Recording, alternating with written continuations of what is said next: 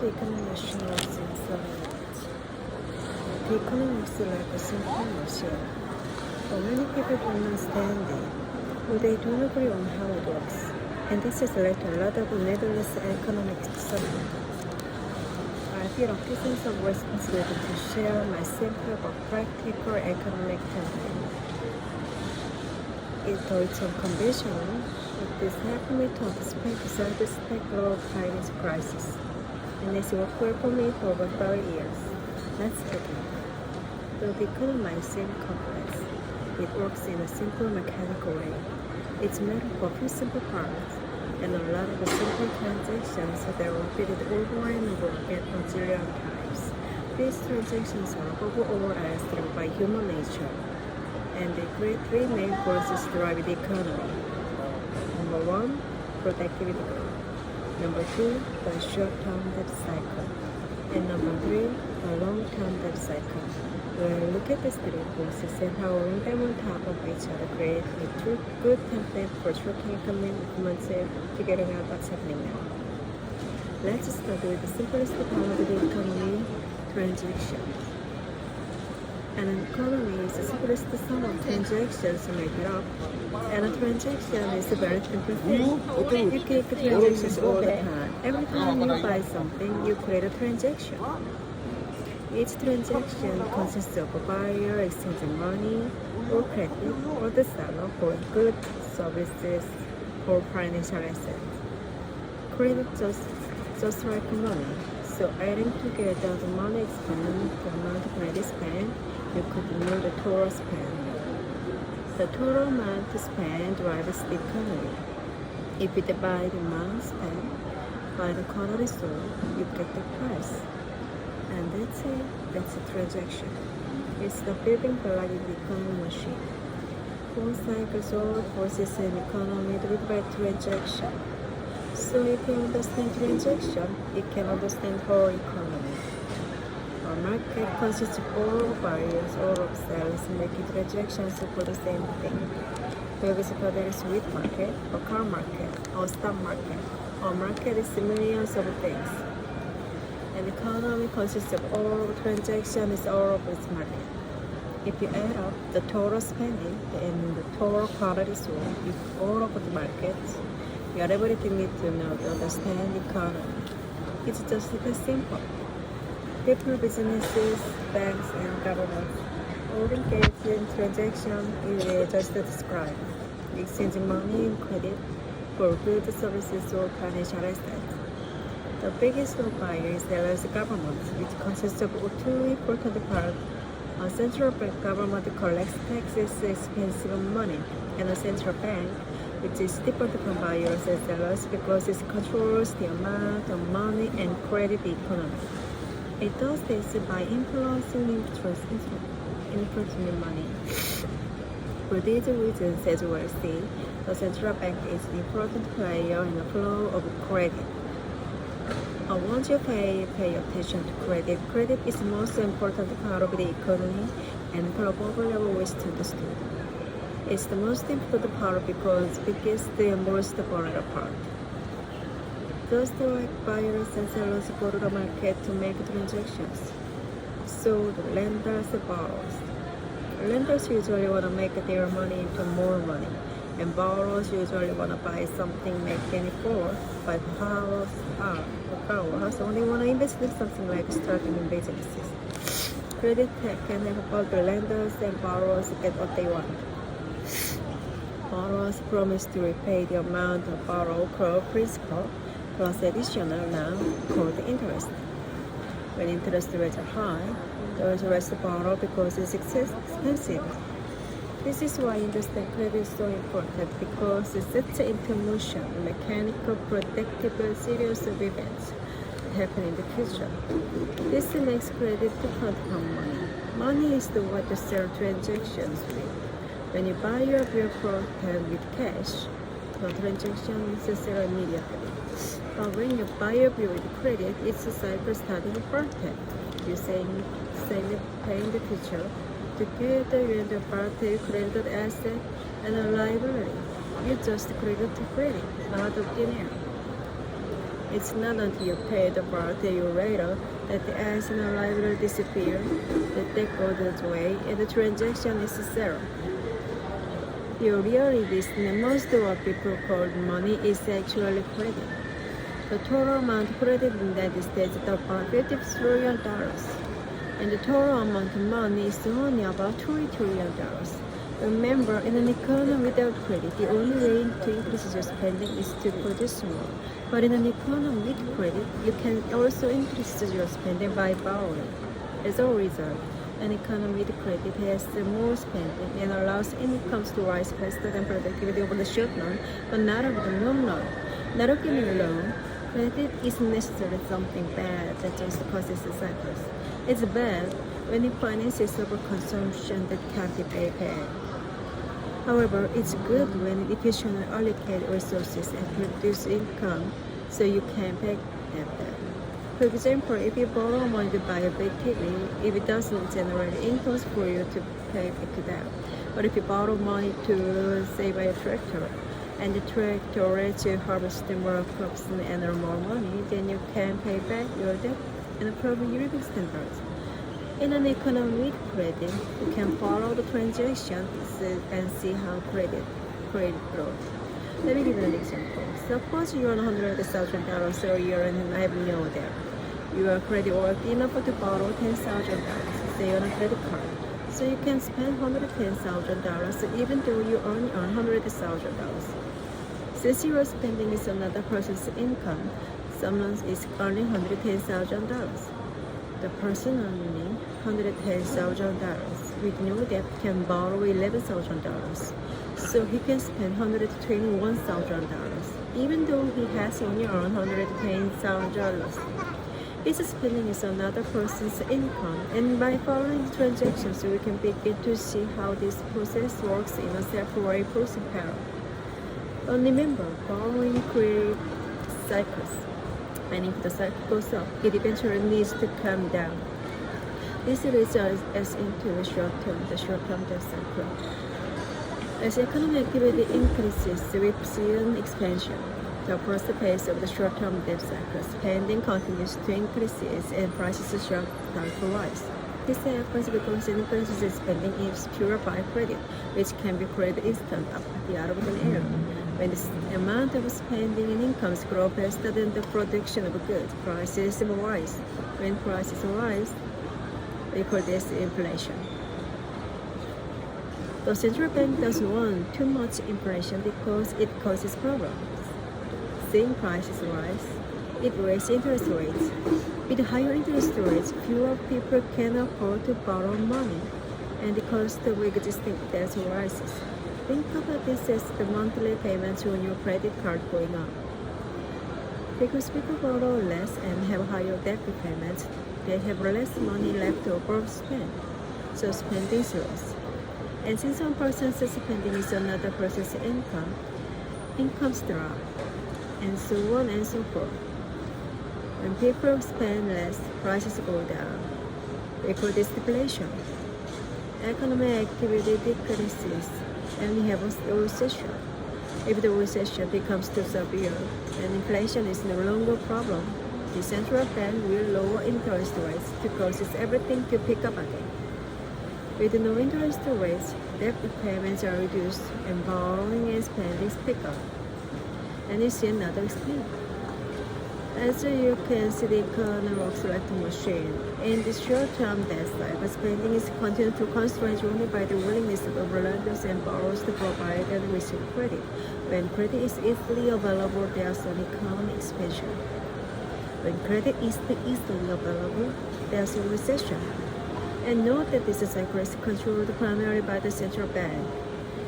The short-term debt cycle typically lasts 5 to 8 years and happens over and over again for decades. But notice that the bottom and top of each cycle finish with more growth in the three cycles and with more debt. Why? Because people push it. They have an inclination to borrow, spend more, instead of paying back debt. It's human nature. Because of this, over long periods of time, debt rise, increased income, creating the long-term debt cycles. Despite people becoming more indebted, lenders even more purely extend credit. Why? Because everyone thinks things are going great. People are just focused on what's been happening lately. And what's been happening lately? Incomes have been rising. Asset values are going up. The stock market lose. It's a boom.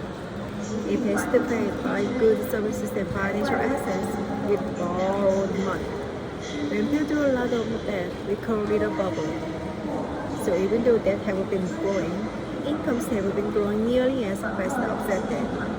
Let's go to the ratio of debt to income, the debt burden. So long as incomes continue to rise, the debt burden stays manageable. At the same time, asset values is lower. People borrow huge amounts to market their asset as investment, hoping that their price to rise even higher. People feel wealthy. So even with the accumulation of lots of debt, rising incomes and asset values have borrowed remained creditworthy for a long time. But this obviously cannot continue to forever, and it doesn't. Over decades, the burden slowly increased towards large debt repayments. At some point, debt repayments start growing faster than incomes, forcing people to cut back on their spending. And since one person's spending is another person's income, incomes begin to go down, which makes people less creditworthy, causing borrowing to go down. Debt repayments continue to rise, which makes spending drop even further. As the cycle reverses itself. This is the long-term debt peak. Debt burdens have simply become too big.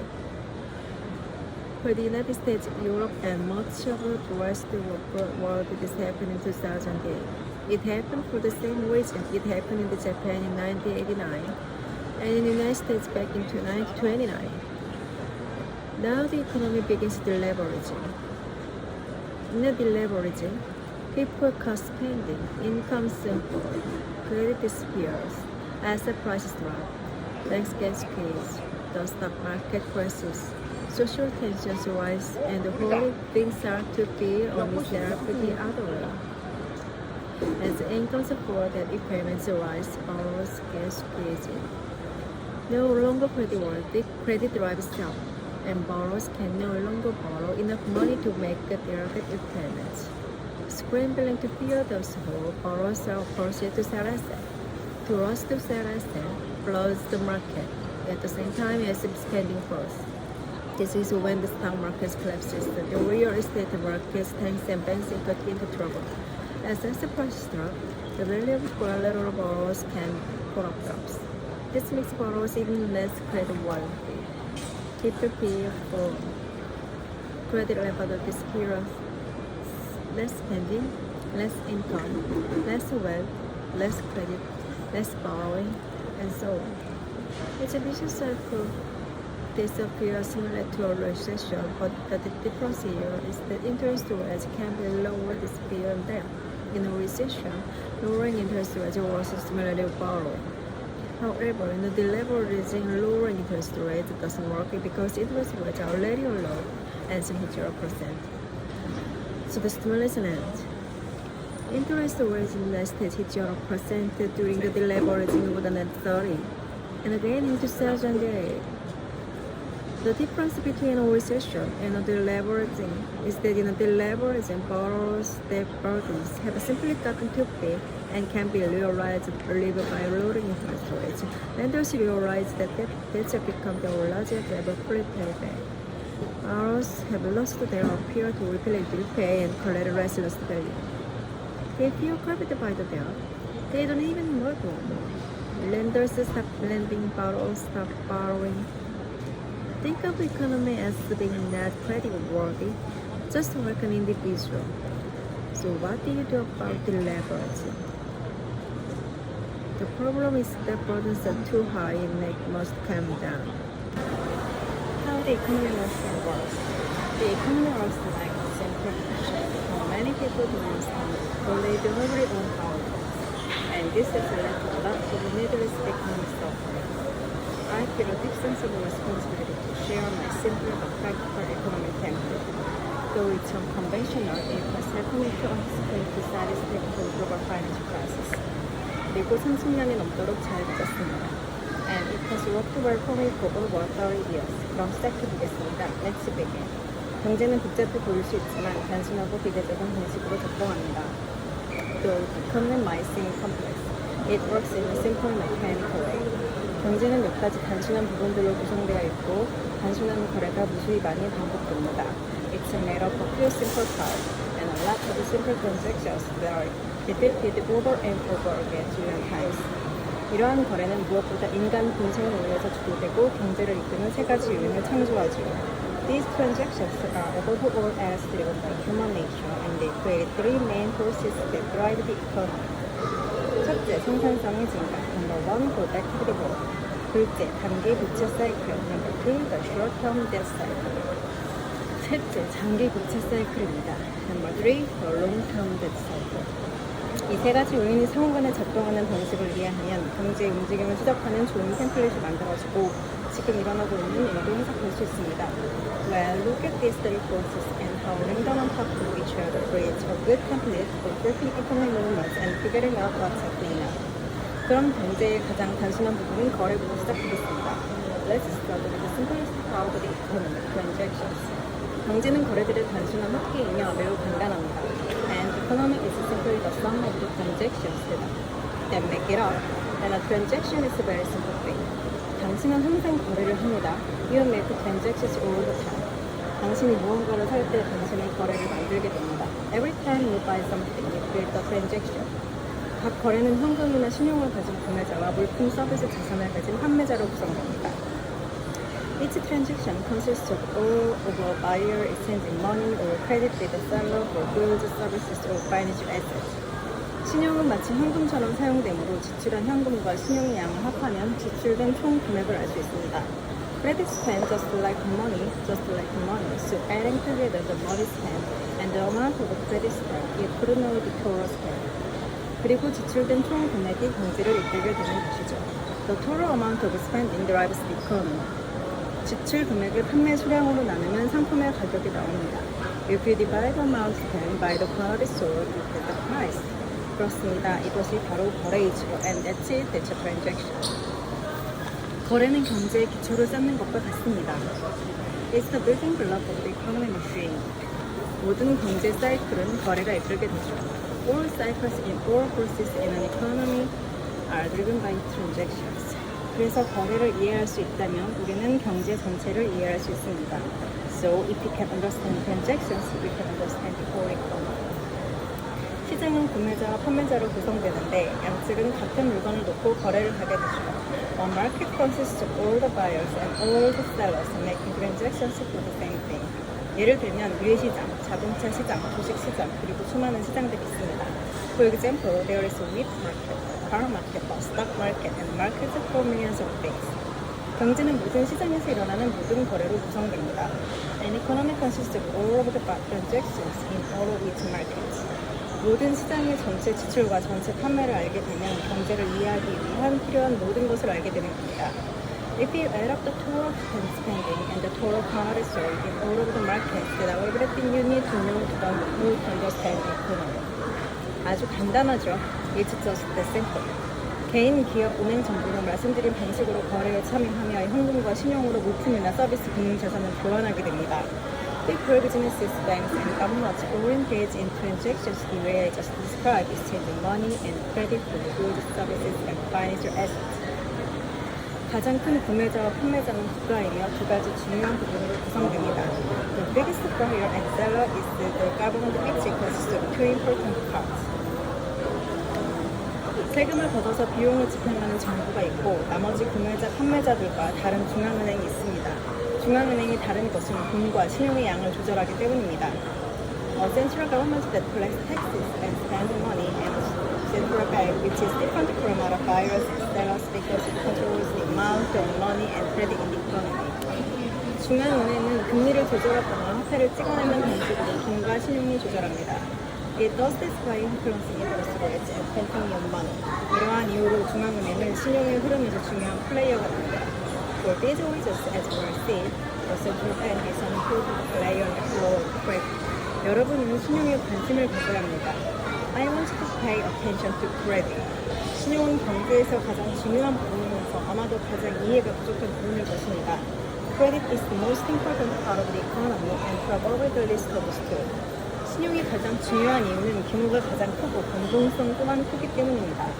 It's the most important part because it's the biggest and most volatile part.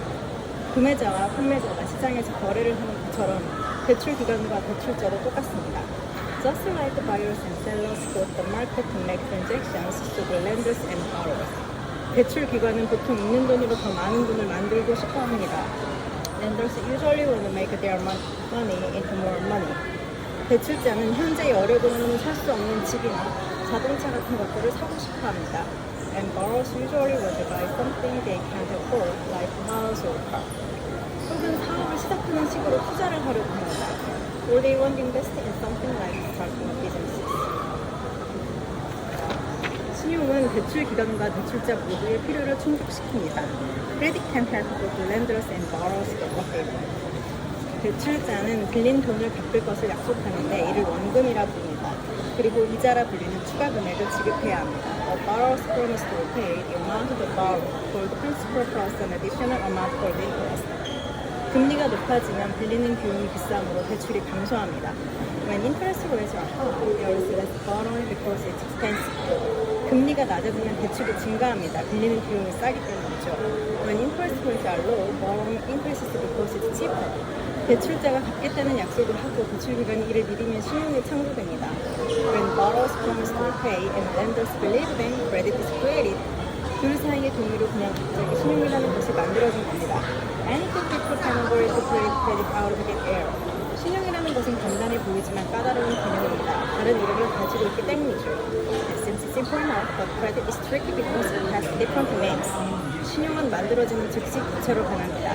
As soon as credit is created, it immediately turns into debt.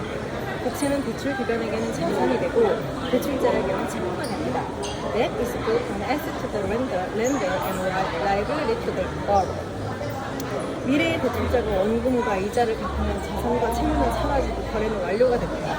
In the future, when the borrower pays the loan plus interest, the asset and the liability disappear, and the transaction is settled. 그런데 왜 신용이 중요한 걸까요? So why is credit important? 대출자는 신용을 활용해서 지출을 늘릴 수 있기 때문입니다. Because when a borrower receives credit, he has able to increase his spending. 기억하세요. 지출은 경제를 이끈다는 사실을. And remember, spending drives the economy. 이유는 한 사람의 지출은 또 다른 사람의 소득이기 때문입니다. This is because one person's spending is another person's income. 생각해봅시다. 당신이 지출하는 모든 돈은 다른 사람의 수입이죠. 당신이 얻는 수입은 다른 사람의 지출입니다. Think about it. Every dollar you spend, someone else earns, and every dollar you earn, someone else is spent.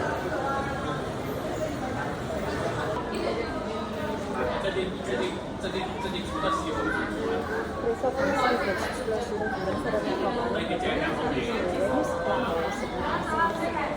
그리고 전문가의 소득이 증가하면 당신의 계획에 돈을 빌려주려고 할 텐데 그 이유는 이제 신용의 가치가 높아지기 때문입니다. And someone's income rises because the lenders are willing to lend money to person when he is more worthy of credit. 이 높은 신용 등급의 대출자들과 만나게 되는데 이것은 상황 능력과 관계입니다. Credit worthy borrowers has to pay the ability to pay for later. 부채와 비교해서 많은 소득이 있으면 상환 능력을 하게 됩니다. 다른 나라도 한국과는 ratio to has to increase the ability to pay. 하지만 그가 상환하지 못할 때를 대비해서 그는 가치 있고 뺄 수 있는 자산을 감독으로 제공해야 합니다. And even if he can't pay, he has valuable assets to use space for value that can be sold. 그래야 대출 기관은 안정적으로 돈을 빌려줄 수 있습니다. This makes analysts get comfortable lending more money. 그래서 소득이 증가하면 대출을 늘릴 수 있고 대출이 늘어나면 소비가 늘어나죠. So increase allows increase the borrowing, which allows increase the spending. 그리고 한 사람의 소득은 다른 사람의 소득이기 때문에 이렇게 소득이 늘어나면 더 많은 대출이 가능하죠. And since one person's spending is another person's income, this leads to more increases of borrowing and so on. 이런 작은 우리에게 강화적으로 가는 경제 성장을 목표를 두고 그 사이클을 만들게 됩니다. But this separate person is the only one and is why we have cycle. 나라에서 당신이 무언가를 얻기 위해 무언가를 제공해야 하는 당신이 얼마나 많은 당신이 얼마나 생산하는 데 들어있습니다. And a projection which gives something of the essence. How much you get from the long-term. 시간이 지난 후 그러나 축적된 지식이 생활 수준을 향상시킵니다. Over time, we learned and the accumulated knowledge raises our living standard. 우리는 이를 생산성 증가라고 부르죠. We call this productivity growth. 새로운 것을 발명하고 열심히 일하는 사람보다 생산성과 생활 수준을 빠르게 향상시킵니다. 현실의 안쪽으로 결국 차는 것보다 말입니다. Those who are working work in work system, their living standard is best and those who work in the same 하지만 분리속도도 그렇지는 않습니다. 대비승은 시설이 필요가 없었고 생산성은 장기적으로 가장 중요한 요소지만 단기간에 쳐주는 것은 시험입니다. Further, financial study는 나보다 credible resource가 적었다. 이것은 생산성이 증가가 크게 변하지 않기 때문입니다. 그래서 단기적 경제 변동, 단기 변동에 큰 요소는 됩니다. This is because the so it's an 하지만 부채는 큰 요소죠. 부채는 우리가 생산하는 것보다 더 많이 소비할 수 있도록 하고 부채 상황은 우리가 생산하는 것보다 더 소비하도록 하기 때문이죠. That is because it allows us to consume more than previously when you buy it, and processes to consume less than previously when you have to pay it back. 부채 변동은 두 개의 큰 사이클을 만듭니다. That's just a big cycles. 단기는 약 5년에서 8년이 걸리고 장기는 약 75년에서 100년이 걸립니다. One takes about 5 to 8 years and the other takes about 500 years. 많은 이들이 돈으로 변동을 하지만 이를 사이클로 보지는 않는데 그 대신 매일마다, 매주마다 어느 가까이에서 보게 됩니다. For most of the previous swings, the typical gain cycle is because they see them grow steady and liquid. 이번에는 경제 원리도 세 가지 큰 요소를 통해서 우리의 경험을 어떻게 삶고 작업하는지를 살펴보겠습니다. If one is changed, we are going to step back and look at these because how they improve the makeup of our experiences. 말씀드린 것처럼 사회주의의 변동은 혁신이 오히려 크기 때문이 아니라 주로 얼마나 많은 신용의 영향을 주게 됩니다. As mentioned, the source of innovation in public policy and creating how much credit there is. 신용이 없는 경제를 상상하고 있습니다. Let's suppose that the management economy of credit. 신용 없는 경제에서 지출을 보여주는 유일한 방법은 크게 모이는 것인데 최근에 모이는 생산성이 대단하거나 더 미래에 아주 인터셉트입니다. The only way I can have this is to spend this income which requires more productive and more work. 성장을 유일한 생산성이 증가를 합니다. Increase the product is the only way to grow. 나의 지출은 다른 사람의 소득이기 때문에 굉장히 나도 다른 사람의 생산성이 높아져야 성장합니다. 말씀할 수 있는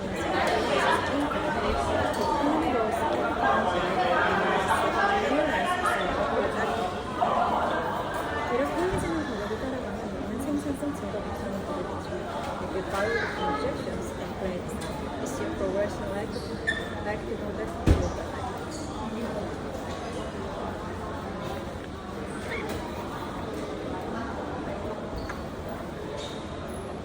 하지만 우리가 돈을 벌기 때문에 사이클이라는 것이 생깁니다. But because we borrow, we have cycles. This isn't due to any laws or regulations to human nature and the way of predictors. 대출을 미래의 돈을 돌릴 수 있는 방법을 생각해보세요. Think about a second for while principle and forward. 어떤 것을 살 때 가진 것에 비해 더 많은 돈이 필요하죠. In order to buy what you can afford, you need to spend more than you have. 그래서 당신은 미래 자신에게서 돈을 얻을 수밖에 없습니다. To be issued as a show you can borrow from your future self. 당신의 미래의 시간을 가지는 것이 미래의 가치로 보기에 방법보다 돈을 더 써야 되죠. In doing so, you create behind the future that you need to spend less time than you have. 그래서 사이클을 당하게 됩니다. It better people who stumble and start. 기본적으로 당신의 대출을 할 때마다 사이트를 생깁니다. Let's say anytime you draw a weekly subset, 이것은 경제 전체를 보는 의미입니다. This is a true from individual 그래서 신용에 대한 매우 중요한 설명을 This is well understood because it's to emotional mechanical protective service 그래서 현금과 신용을 SNS 크레딧 같은 money 현금을 가지면 돈으로 완결시킬 수 있죠. Money is the waterfall transaction. 당신이 현금으로 받는 것을 기록하면 그 거래는 즉시 완료되는 것입니다. When you value your dollar from the cash, the transaction is there immediately. 하지만 당신의 신용을 목표로 설정했던 그것은 예상을 시작하는 것과 같은데 미래의 돈을 획득하고 약속하는 겁니다. But when you value your dollar, each one is temporary. Your spending comes to pay in the future.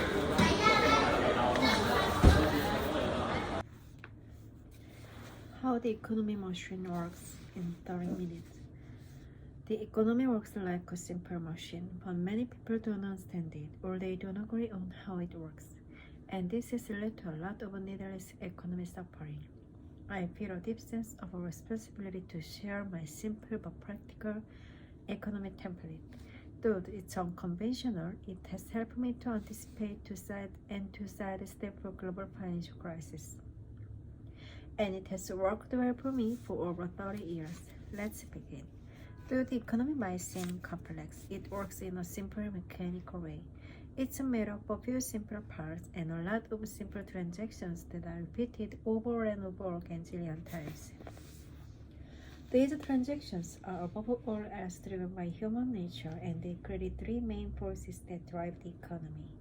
Number one, productivity growth. Number two, the short-term debt cycle. Number three, the long-term debt cycle. Well, look at these three forces and how ranking them on top of each other creates a good template for tracking economic movements and figuring out what's happening now. Let's start with the simplest part of the economy, transactions. An economy is simply the sum of the transactions that make it up, and a transaction is a very simple thing. You make transactions all the time. Every time you buy something, you create a transaction. Each transaction consists of a buyer exchanging money or credit with the seller for goods, services, or financial assets. Credit spent just like money, so adding together the money spent and the amount of credit spent, you could know the total spending. The total amount of spending drives the economy. If we divide the amount spent by the quantity sold, you get the price. And that's it, that's a transaction. It's the building block of the economic machine. All cycles and all forces in an economy are driven by transactions. So, if we can understand transactions, we can understand the whole economy. A market consists of all the buyers and all the sellers making transactions for the same thing. For example, there is a wheat market, a car market, a stock market, and markets for millions of things. An economy consists of all of the transactions in all of its market. If you add up the total spending and the total quantity sold in all of the markets, that of everything you need to know to understand the economy. It's just that simple. People, businesses, banks, and governments all engage in transactions that way I just described, exchanging money and credit for goods, services, and financial assets. The biggest buyer and seller is the government, which consists of two important parts. A central government that collects taxes and spends money, and a central bank which is different from other buyers and sellers because it controls the amount of money and credit in the economy. It does this by influencing interest rates and printing new money. For these reasons, as we will see, the central bank is an important player in the flow of credit. I want you to pay attention to credit. Credit is the most important part of the economy and probably the least understood. It's the most important part because it's the biggest and most volatile part. Just like buyers and sellers go to the market to make transactions, so do lenders and borrowers. Lenders usually want to make their money into more money, and borrowers usually want to buy something they can afford, like a house or car. or they want to invest in something like starting a business. Credit can help both the lenders and borrowers get what they want. The borrowers promise to repay the amount they borrow, called principal, plus an additional amount called interest. When interest rates are high, there is less borrowing because it's expensive. When interest rates are low, borrowing increases because it's cheaper. When borrowers promise to repay and lenders believe them, credit is created. Any two people can agree to create credit out of thin air. That seems simple enough, but credit is tricky because it has different names. As soon as credit is created, it immediately turns into debt. Debt is both an asset to the lender and a liability to the borrower. In the future, when the borrower repays the loan plus interest, the asset and the liability disappear, and the transaction is zero. So why is credit so important? Because when a borrower receives credit, he is able to increase his spending. And remember, spending drives the economy. This is because some person's spending is another person's income. Think about it. Every dollar you spend, someone else earns, and every dollar you earn, someone else has spent. So when you spend more, someone else earns more. When someone's income rises, it makes lenders more willing to lend him money because now he's more worthy of credit. A credit-worthy borrower has two things: the ability to repay and collateral. Having a lot of income in relation to his debt gives him the ability to repay. In the event that he can't repay, he has valuable assets to use as collateral that can be sold. This makes lenders feel comfortable lending him money. So increased income allows increased borrowing, which allows increased spending. And since one person's spending is another person's income, this leads to more increased borrowing and so on. But this reinforcing pattern leads to economic growth and is why we have cycles. In a transaction, you have to give something in order to get something, and how much you get depends on how much you produce. Over time, we learned, and that accumulated knowledge raises our living standard. We call this productivity growth. Those who are inventive and hardworking raises their productivity and their living standard faster than those who are complacent and lazy. But that isn't necessarily true of the short run. Productivity matters most in the long run, but credit matters most in the short run.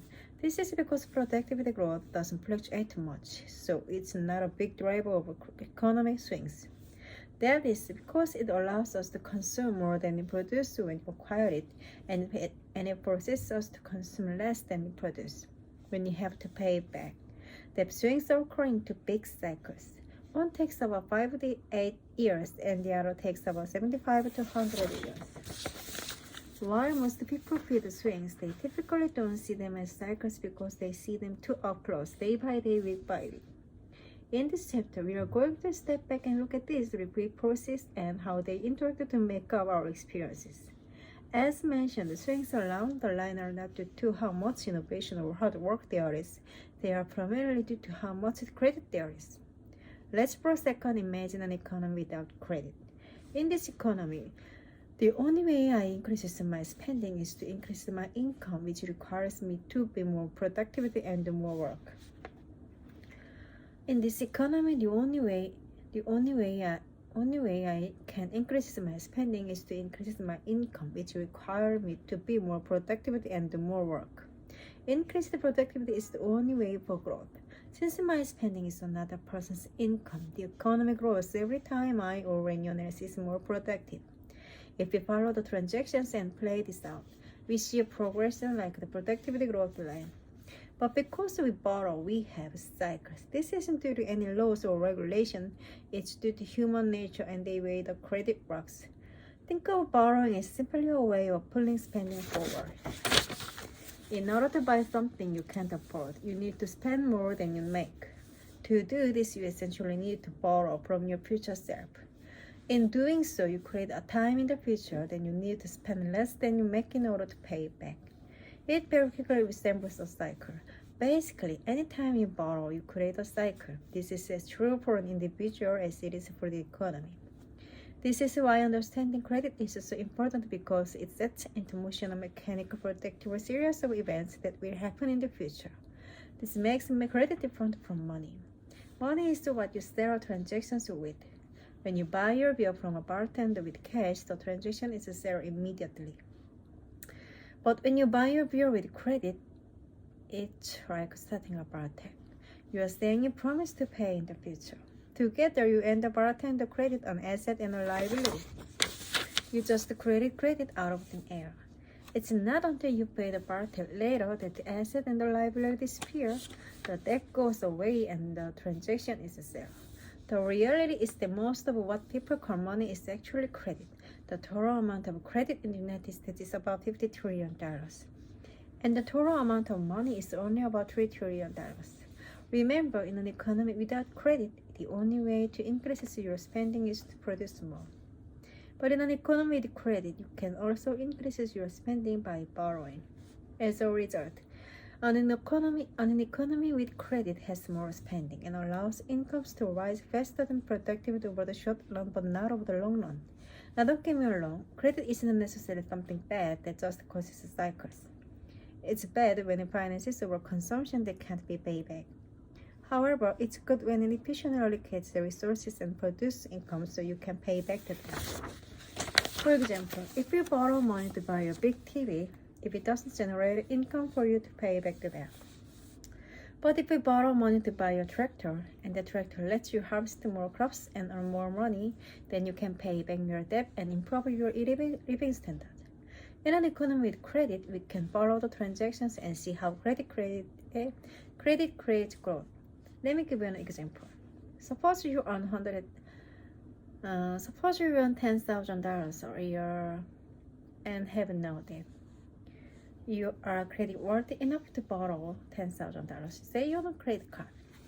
So you can spend $110,000 even though you only earn $100,000.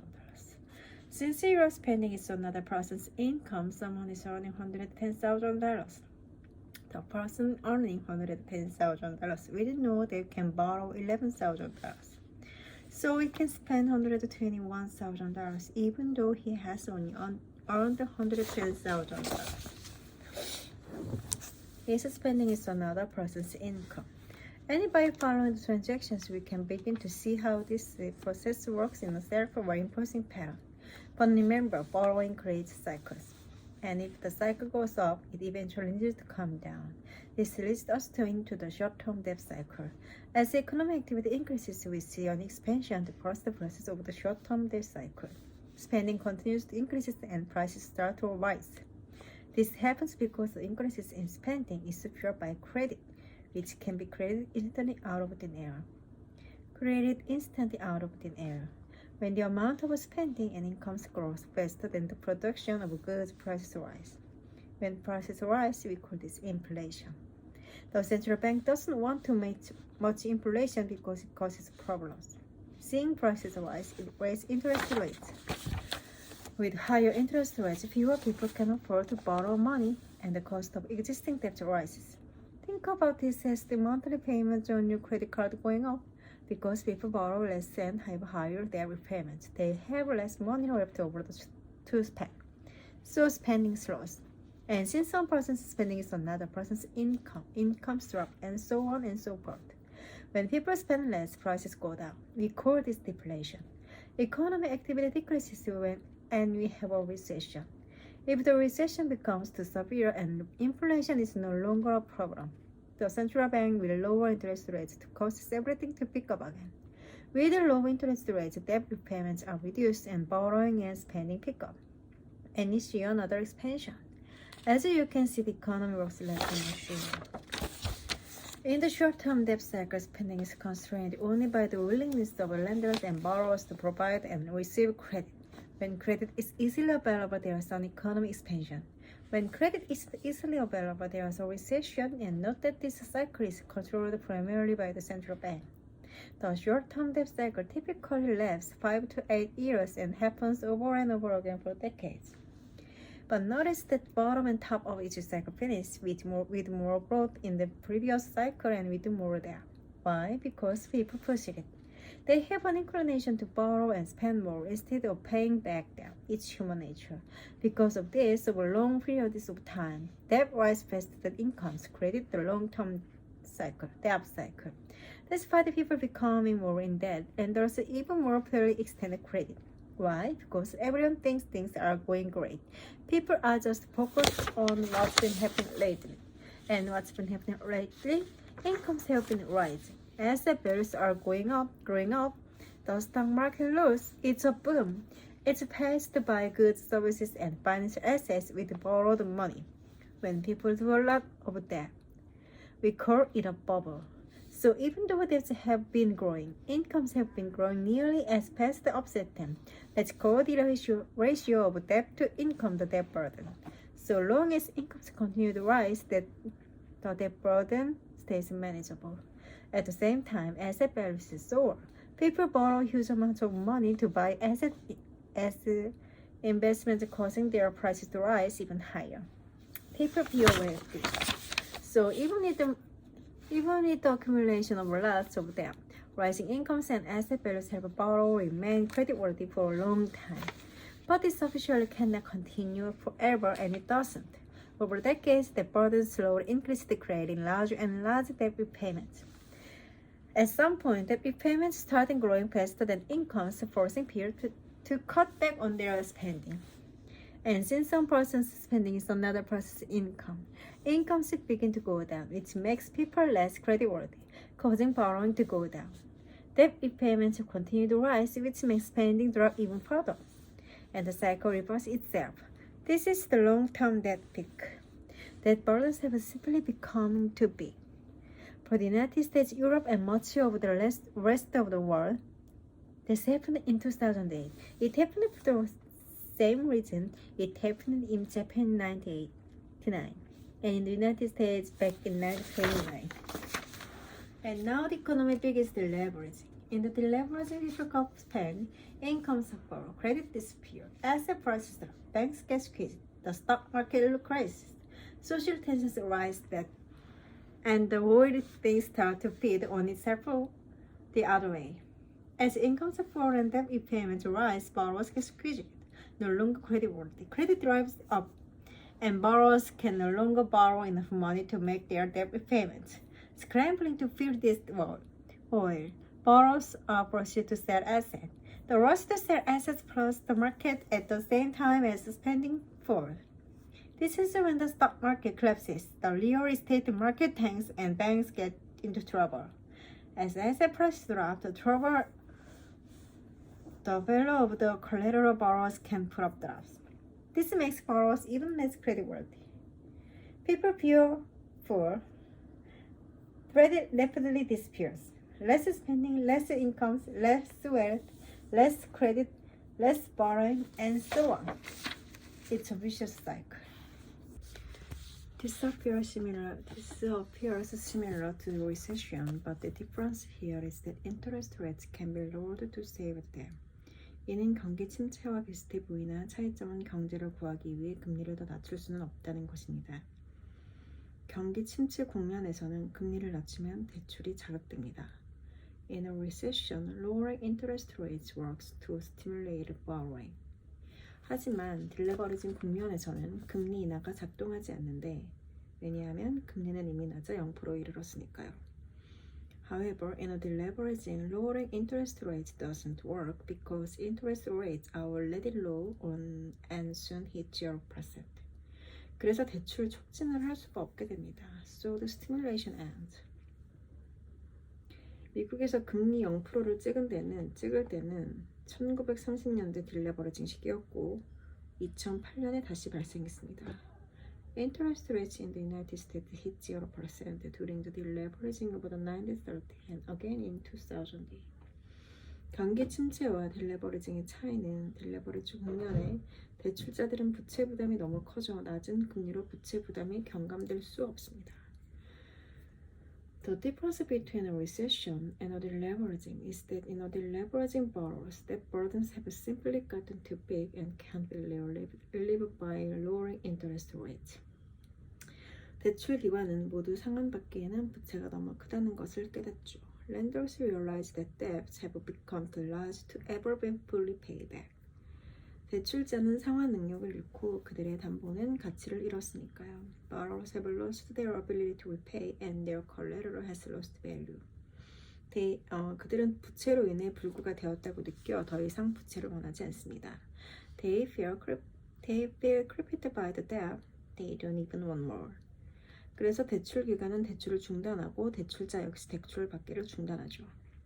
Lenders stop lending, borrowers stop borrowing. Think of the economy as being not creditworthy just like an individual.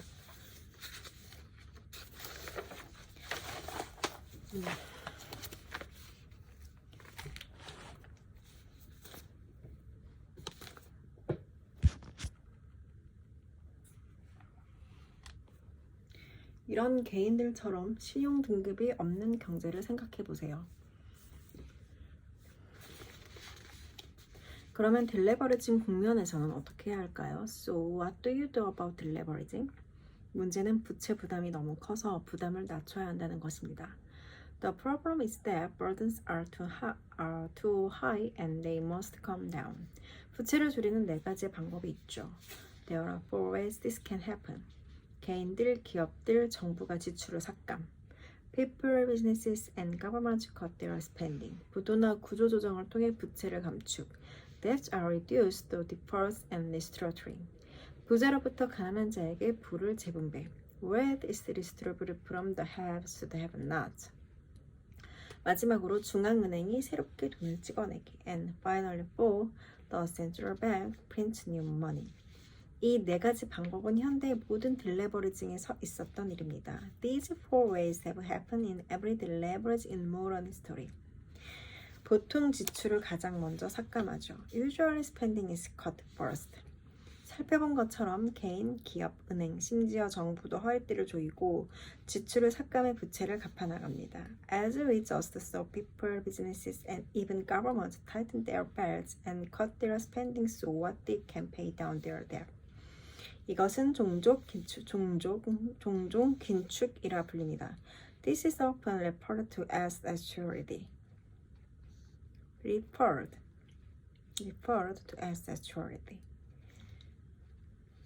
대출자들이 새로운 대출을 받는 것을 멈추고 기존의 부채를 줄이기 시작하면 당신은 부채 부담이 줄어들 것을 기대합니다.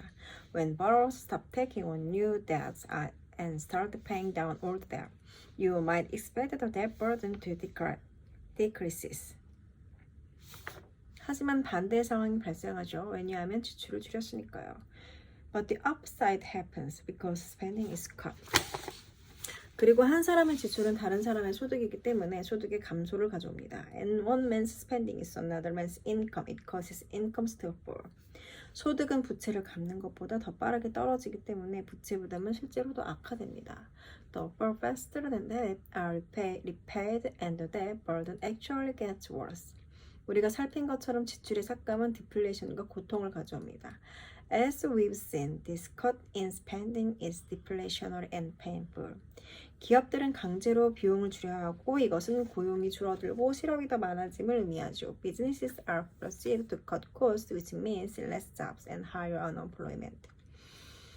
그리고 다음 단계로 이어집니다. This leads to the next step. 부채는 감축돼야 합니다. Debts must be reduced. 많은 대출자들은 대출금을 갚을 수 없다는 걸 알게 되고 대출자들의 부채는 대출기관의 자산이라 했습니다. Many borrowers find themselves unable to repay their loans, and a borrower's debts are lender's assets.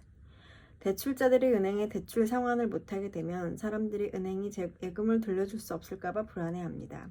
When a borrower doesn't repay the bank, people get nervous that the bank won't be able to repay them. 그래서 사람들은 은행으로 달려가 돈을 인출하죠. So they rush to withdraw their money from the bank. 은행은 뱅크런의 압박을 받고 개인, 기업, 은행은 부채로 인해서 부도가 납니다. Banks get squeezed and people, businesses and banks default on their debt. 이처럼 심각한 경제 위축을 공황이라고 부릅니다.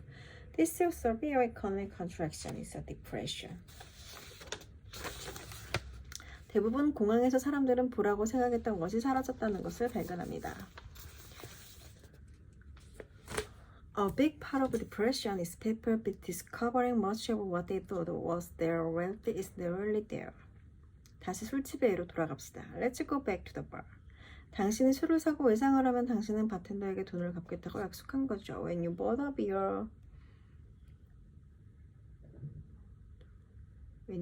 beer and put it on a bar tab, you promised to repay the bartender. Your promise became an asset of the bartender. But if you break your promise, if you doesn't pay him back and essentially default on your bar tab, then the asset he has is not really worth anything. 자산은 사라지게 된 거죠. It has basically disappeared. 많은 대출 기관은 그들의 자산이 사라지기를 원하지 않습니다. Many lenders don't want their assets to disappear and agree to debt restructuring. 그래서 부채 조정에 동의하죠. 부채 조정은 대출 기관이 빌려준 돈을 덜 상환받거나 상환 기간을 더 늘려준다는 것을 뜻합니다. 혹은 처음에 합의한 금리보다 더 낮은 금리를 적용해 주죠. Debt restructuring means lenders get paid back less or get paid back over a longer time frame or at a lower interest rates than was first agreed. 어떻게든 부채를 줄이기 위해 기존 계약은 파기됩니다. Somehow a contract is broken in a way that reduces debt. 대출 기간은 하나도 못 받는 것보다 조금이라도 받는 게 나으니까요. Lenders would rather have a little of something than all of nothing, even though debt disappears. 부채 조정은 소득과 자산 가치가 빠르게 사라지게 만듭니다. Debt restructuring causes income and asset values to disappear faster. 그래서 부채 부담은 계속 또 악화되죠. So the debt burden continues to get worse. 지출 삭감처럼 부채 감축 또한 고통스럽고 디플레이션을 부릅니다. Like cutting spending, debt reduction is also painful and deflationary. 이 모든 것이 중앙정부에 영향을 미치는데 그 이유는 낮은 소득과 고용의 감소는 세금 수입의 감소를 뜻하니까요. All of this impacts the central government because lower incomes and less employment means the government collects fewer taxes. 동시에 실업률이 증가하니 정부의 지출은 늘어나게 됩니다. At the same time, it needs to increase its spending because unemployment has arisen. 많은 실업자들은 저축이 충분하지 않아 정부로부터 재정 지원을 필요로 하니까요. Many of the unemployed have indicated savings and need financial support from the government. 추가적으로 정부는 부양책을 통해 지출을 증가시켜 경제 불황을 만회하고자 합니다. Additionally, governments create stimulus plans and increase their spending to make up for the decreases in the economy. 정부의 재정 적자는 딜레버리지 국면에서 폭발하는데 정부의 세금 수입보다 더 많이 지출하기 때문입니다. Government's budget deficit explode in the deleveraging because they spend more than they earn in taxes. 여러분이 뉴스에서 재정 적자라는 말을 들으면 이런 일이 벌어지고 있는 겁니다. This is what's happening when you hear about the budget deficit on the news. 적자를 메우기 위해 정부는 세금을 인상하거나 돈을 빌려야 합니다. To fund their deficit, government needs to either raise taxes or borrow money. 하지만 소득이 떨어지고 실업자가 많은데 과연 누구에게 돈을 가져올 수 있겠습니까? But with incomes falling and so many unemployed, who is the money going to come from? 바로 부자들이죠. The rich. Since governments need more money and since wealth is heavily concentrated in the hands of a small percentage of the people, governments naturally raise taxes on the wealthy, which facilitates a redistribution of wealth in the economy. From the haves to the have-nots, but have-nots who are suffering begin to resent the wealthy haves. The wealthy haves been squeezed by the weak economy. Falling assets prices and higher taxes begin to resent the have-nots. If the depression continues, social disorder can break out. Not only the tensions rise within countries, they can rise between countries, especially better included countries. This situation can lead to political change that can sometimes be extreme. In the 1930s, this led to Hitler coming to power, war in Europe, and depression in the United States. Pressure to do something to end the depression increases. Remember, most of what people thought was money was actually credit. So when credit disappears, people don't have enough money. People are desperate for money.